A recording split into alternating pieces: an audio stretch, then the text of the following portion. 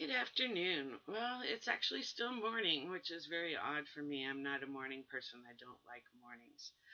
The lighting today in my video is kind of messed up, but I played around with some things and I don't know how to fix it. I don't know. I'm still learning all this stuff. Anyway, I crazy. I just got a notification that the most despised wrestler in the WWE. Oh, awesome. Couldn't even care less. Excuse me, go away. Okay, so sorry about that. It's a pretty good day today. I've got a lot of stuff planned for this week, so we'll see how that goes. But last night I was actually talking with my mom about things. My son had asked my mom how she was able to obtain a divorce back in the late 60s when women weren't really allowed to. It was Reagan who made it so that women could get a no fault divorce. And my dad didn't beat her or mess around on her or anything, so we were both kind of curious as to how she got the divorce because, like I told my son, Joe Machado was my father's attorney, and he was the head of the Seattle Mafia at the time. And so I know dang well that if my dad had fought my mom, there's no way that she would have been able to get the divorce. So my son was asking her about it, which made me kind of curious as to what had happened to my cousin Tony. Because when we were kids, they lived in Federal Way across the highway from me, and I mean, we were like inseparable. All I had to do was ride my bike over there, or she ride her. Actually, I hung out at her house more because it was funner, and they had a nicer house. But yeah, for like the year they lived there, we were completely inseparable, and then all of a sudden, my uncle and Jerry get a divorce, and Jerry and the kids disappear, and all this other stuff. So, anyway, I got curious, and I asked my mom if she thought Joe Machado was still alive, and she said no, that he was up there back then, so he probably wasn't. But I was just curious, as I'm sure he had relatives and whatnot. So I went and Googled the name Joe Machado, and I found this law firm in Bellevue called Machado and Copeland. So and it's a female, and so I kind of looked at her bio, and it said that she went to school in San Francisco, but then she came back to Seattle to practice law with her father. And when he passed away, her and this other guy, Joe Copland, formed this attorney firm called Machado and Copland, and it's in Bellevue.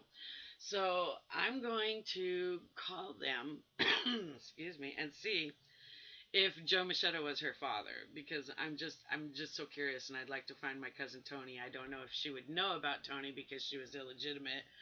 Apparently, when I was when Jerry, see, my grandma owned the Ontario Tavern in Georgetown, Seattle, for almost 30 years, and Jerry was a bartender for my grandma. So my uncle Jim and her started hooking up, and apparently Joe Machado put a hit out on my uncle, and because he was paying for all Jerry's stuff. So in order for them to get the hit removed from my uncle, and so they could be together, they had to go to Joe Machado and ask permission, and she had to give back the house, the fur coats, the car, the whole bit, so that she could marry my uncle Jim. But she had already had two children, Kelly and Tony, and it was kind of obvious that they were not from the same father. Yeah, Kelly, they did not look alike at all, and my cousin Tony was obviously there. Looking back on it, she was obviously had some Italian in her, and I heard years later that Joe Machado had accepted her as his legitimate daughter. So I'm hoping that his daughter would know Tony. Maybe they're still in touch, and I can find her that way.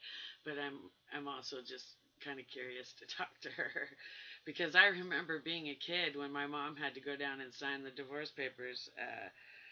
Playing in this elevator downtown Seattle. It was the highest skyscraper in Seattle at the time, and he had his own private elevator. And I remember my brother and I getting to play in the elevator while my mom was in her meeting and stuff. So, you know, a little bit of weird history there, but I'm curious, so I'd like to get in touch with her. Um, I'm sure she's still not connected to the mafia, but then again, who knows? I don't know. I don't know anything about that kind of stuff. I just thought it was kind of cool that my dad's attorney and my grandma. Apparently Mr. Machado represented my grandma and her significant other, Fred, in their business dealings. Anyway, so that's what I'm going to do today. I'm going to call Mrs. Machado and see if that was her father and if she knows my cousin Tony. And I'm hoping maybe I can get in touch with her because yeah, I have no family. I have no one left in the world. Everyone's gone. My dad died when I was 18, and all my uncles, both my uncles are gone. They never had any children. My everybody on my mom's side's gone. I mean, there's no one. I have no one. I have, my two kids, and yet my oldest one and I don't speak. So basically, just my younger son and my mom. That's all I have.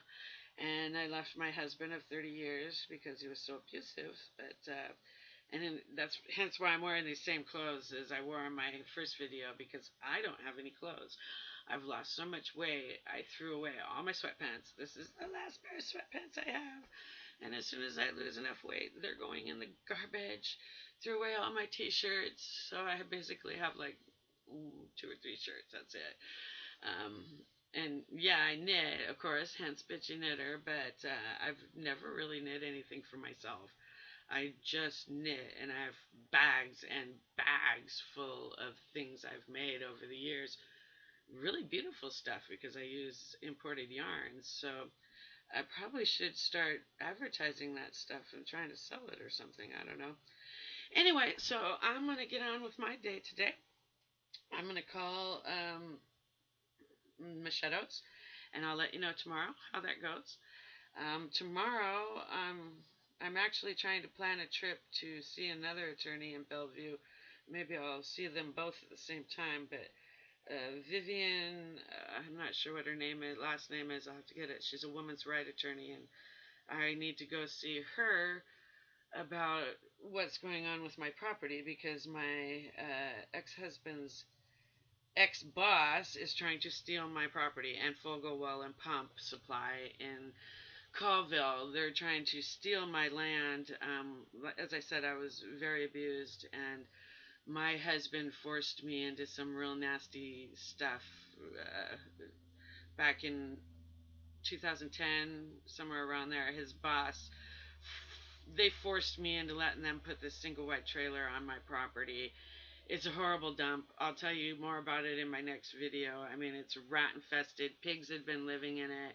The lady that owned the house before, or the trailer before, had a potbelly pig that peed all over the house.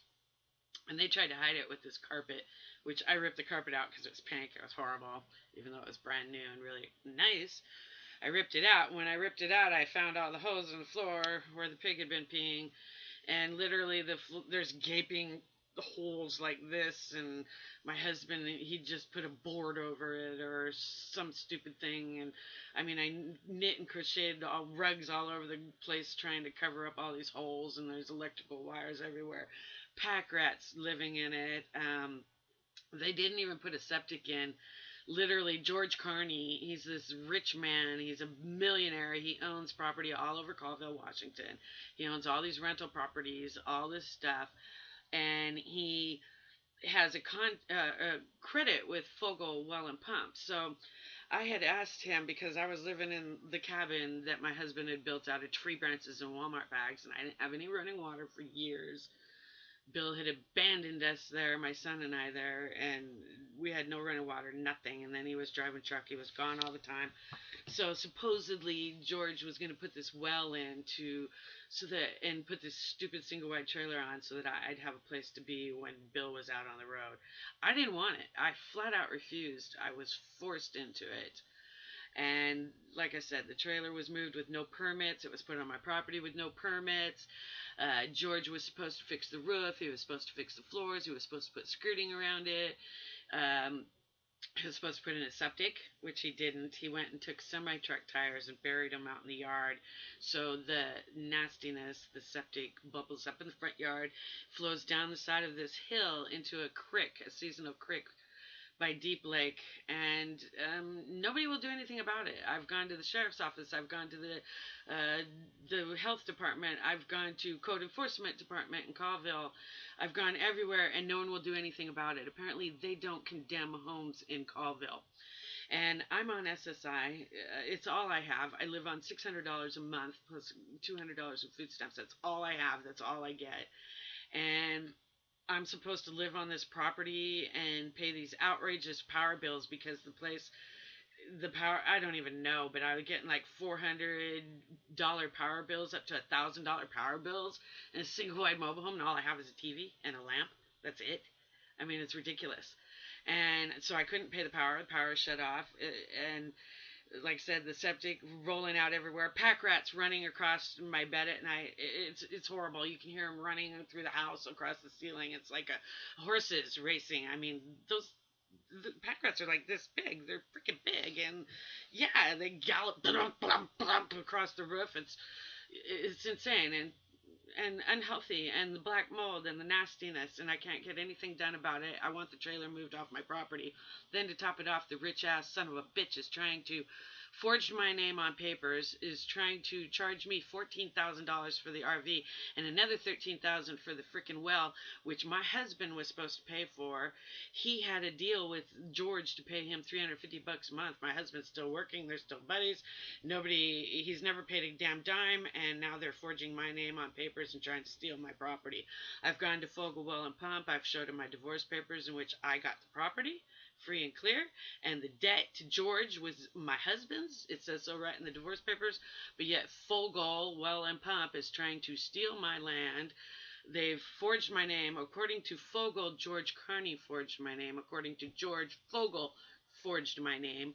The cops won't press charges or do anything against anybody because I sued King County Police back in 1999, and I won my lawsuit because I was abused by a cop and beat the shit out of me and whatnot.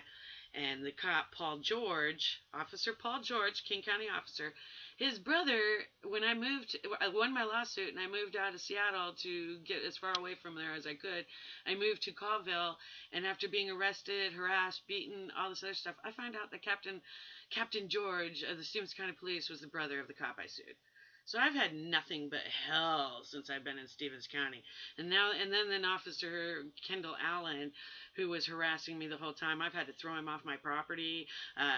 The whole bit. I tried to get a restraining order against him. He threatened me, said he was going to get me one way or another. If it took him 1 week or a year, 10 years, he was going to get me. He's now the sheriff of Colville. Officer Kendall Allen, or Sheriff Kendall Allen. Yeah, so I can't live there. I can't. They won't help me. They won't do anything when crimes are committed against me. The county won't protect me or help me, so I don't have to live in this house. And if I don't live there, I lose my SSI. So I have no choice but to live in this. I tried to move to my mom's, but I'm going to have to actually this week. I'm moving back there into this rat infested dump because I have no choice. No one will help me. So tomorrow I'm going to go and contact this woman's rights attorney, Vivian somebody or other in Bellevue, and I'm going to beg her. I'm going to beg her for help. I mean, I've gone to Clear. I've gone to everywhere. These attorneys, they're like, oh, how much money you got? Oh, you don't have enough money. It's going to take so much litigation. And everybody tells me I got a really good case, but yet nobody will help me because I don't have any money. And the thing about it is, George is a multimillionaire, and so is Fogel. They own everything. It's like, and I think with the crimes they've committed against me, any attorney worth their weight in salt should be able to sue them for a lot of money. As far as I'm concerned, George owes me a couple $100,000 for the damage he's done to my property. It even made my taxes go up, so that the taxes on my property went up. They're saying that this freaking single wide trailer is worth $17,000, and that's what I'm having to pay taxes on it to the county when it should be condemned and removed from the property. So I'm having to pay taxes on it. Something they're saying is worth 17,000. This rich asshole named George Carney is trying to rip me off for $14,000 for it. I can't sell my property because of it, and I'm being forced to live on it. So it's really not fair. There's got to be somebody out there that can help me. I want to sell my property so that I can move on and start my life again. And yeah, what's being done to me is absolutely horrible. So anyway, I'm going to try to smile today, and I'm just going to contact Mrs. Machado and see if I can find my cousin Tony. And then tomorrow, I will think about contacting this woman's rights attorney in Bellevue. So, hey, awesome. I'll let you know how it goes, and have a great day. I'm better at this. I can